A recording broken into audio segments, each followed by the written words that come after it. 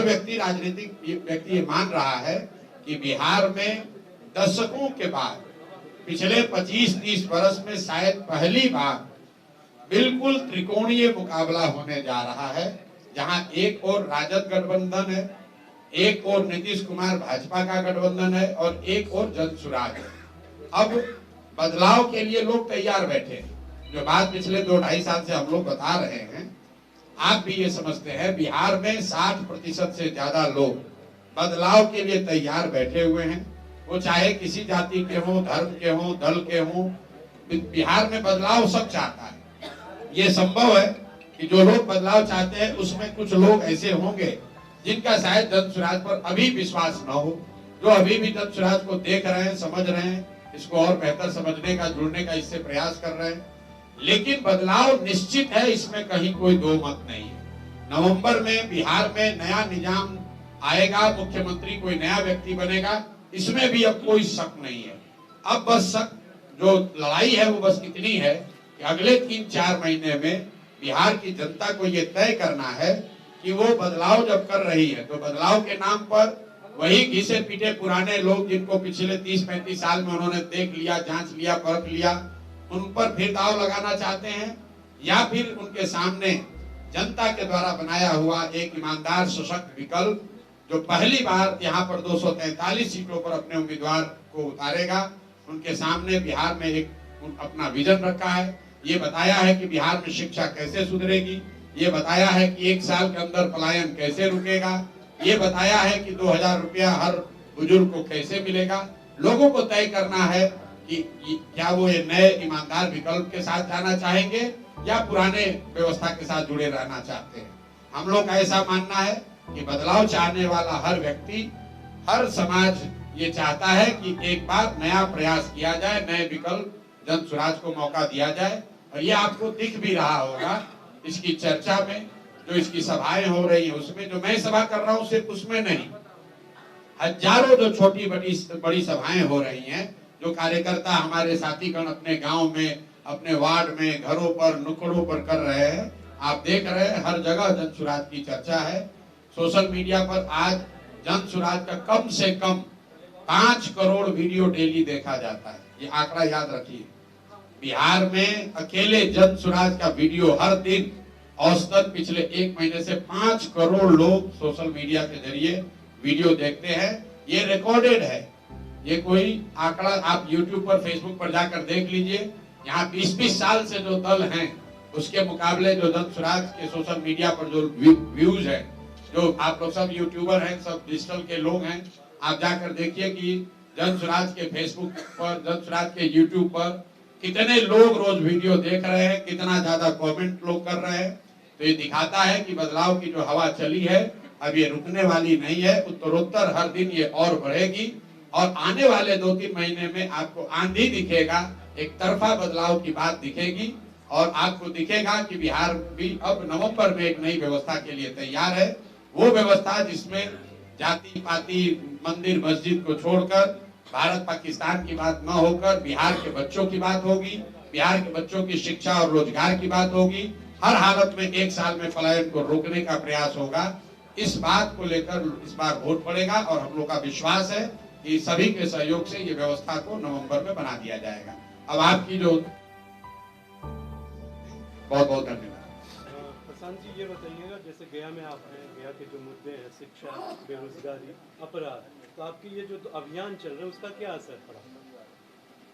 इसका असर ये है, पहली बात तो कि शिक्षा, बेरोजगारी और अपराध ये गया का मुद्दा नहीं है, ये तो पूरे बिहार का मुद्दा है, उसमें गया में भी प्रमुखता में है।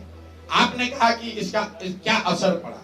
असर ये है कि पहली बार बिहार में चुनाव के 3 महीना पहले चर्चा क्या हो रही है कि भाई पलायन कैसे रुकेगा।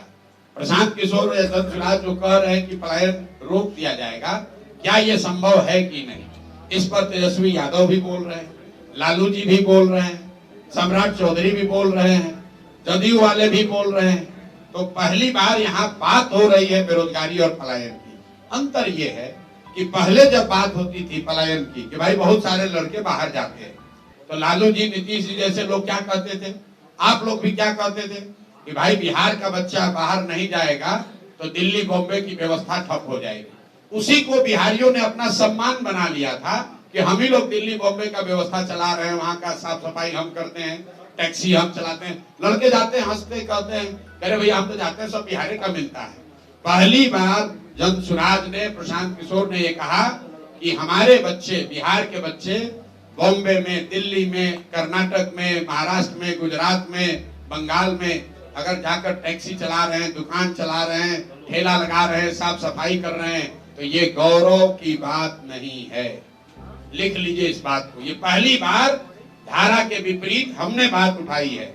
ये गौरव की बात नहीं है। काम कोई भी खराब नहीं है, लेकिन अपने बाल बच्चों का पेट भरने के लिए मजबूरी में गया से, औरंगाबाद से यहाँ के अपना घर परिवार छोड़कर बॉम्बे में जाकर ठेला लगाना, ये गौरव की बात नहीं है। लोग यहाँ नेता क्या कहता है, बिहार का आदमी को मत मारो, गाली मत दो, नहीं तो दिल्ली में अगर बिहार के लोग काम नहीं करेंगे तो वहां से कूड़ा कचरा रोड पर भर जाएगा। कूड़ा कचरा निकालने के लिए बिहार का आदमी पैदा हुआ है। ये जन सुराज की ताकत है। अब लोगों ने ये कहना बंद कर दिया है।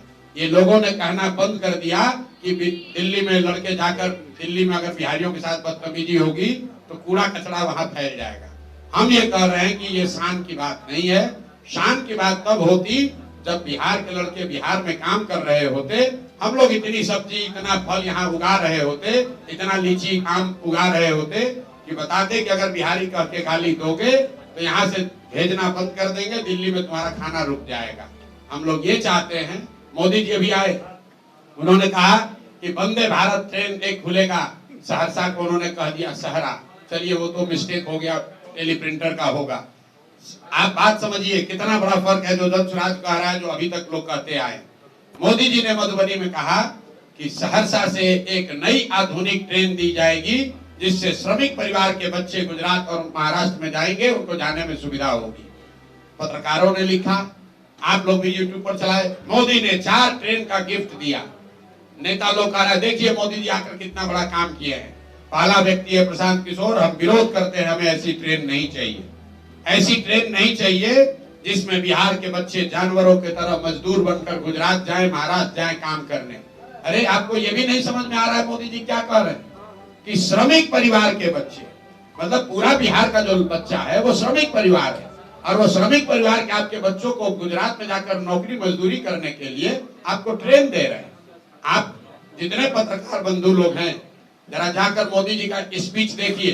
अगर मोदी जी में दम है तो यही बात जाके गुजरात में कह दें कि गुजरात में एक नई ट्रेन चलेगी जिस पर गुजरात के श्रमिक परिवार के लोग महाराष्ट्र, तमिलनाडु में, दिल्ली में जाएंगे काम करने।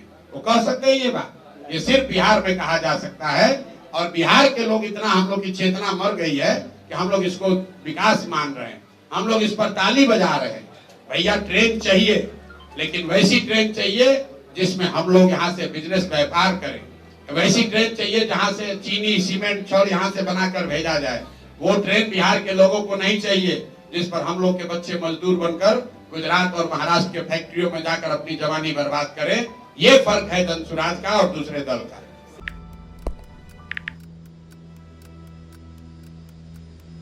हैप्पी न्यू ईयर भाई। Happy new year. काहे रे भाई, तोर जिंदगी में ऐसा का हो गल कि तोरा की नौका साल हैप्पी लाग रहल बा?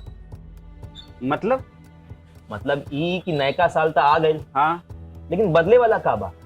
उहे पर्चा लीक होई, उहे नौकरी खातिर मारा मारी, काम धाम के चक्कर में पलायन, उहे बेरोजगारी, मेडल लटकत रही गला में, माथा पर दुख और चिंता के गोड़ छपाई, सरकार से हक के खातिर रोवा, धरना, प्रदर्शन, लाठी खा, मार खा, थप्पड़ खा। 20 साल से दुख चिपकल बा, कहवा से हैप्पी हो रे भाई? बात तो तू एकदम सही बोला था। अब बता, बिहार के युवन के न्यू ईयर कब हैप्पी हो? देखो, बिहार के युवन के न्यू ईयर तो तब हैप्पी होई जब हमनी सब मिल के नया सरकार बनावल जाए। अरे हैप्पी न्यू ईयर। नया साल, नई सरकार, नया संकल्प, नया बिहार।